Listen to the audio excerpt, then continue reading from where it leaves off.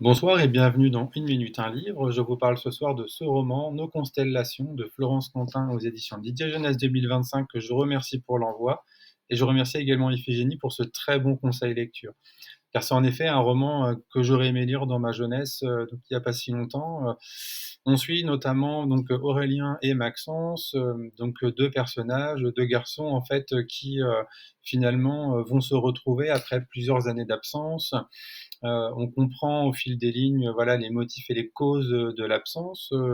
On apprend aussi, bien évidemment, quelques éléments sur l'enfance, quelles étaient la nature peut-être de leur relation. Et finalement, Maxence et Aurélien se retrouvent et leur relation reprend là où elle s'était arrêtée, hein, c'est-à-dire qu'elle était sur pause et les 2 protagonistes, en fait, se retrouvent et avec, leurs interrogations, leurs réflexions, leurs appréhensions et finalement voilà, la découverte de l'autre et cetera. Et en fait, on est vraiment, en fait, immergé dans une histoire, qui prend le temps de se mettre en place, une histoire qui fait du bien, et en tout cas, voilà, que je vous invite vraiment à découvrir.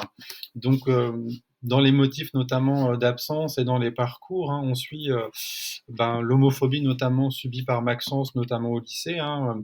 Je vous lis quelques lignes, mais au départ, juste des regards railleurs, des chuchotements sous cape et des rires pas plus, gérables. Petit à petit, des injures, des gestes obscènes, des mots glissés dans sa sacoche, des photos de lui prises à son insu, puis trafiquées et publiées sur les réseaux, les commentaires en dessous, acherbés à se balancer par la fenêtre, son casier vandalisé à la bombe, ses affaires dérobées pendant qu'il se douchait après l'athlée, vêtements, sac de cours, téléphone, ne même pas pouvoir appeler Adèle, ne pas avoir d'autre choix que celui de s'humilier publiquement en sortant presque à poil sous les sifflets de ceux qui traînent dans la cour, etc., etc. Donc vous avez plusieurs lignes comme ça de harcèlement homophobe. Donc l'ouvrage, voilà, traite et effectivement aussi de cette question-là, hein. Alors pas que, hein, mais l'homophobie fait partie aussi, en tout cas de l'ouvrage.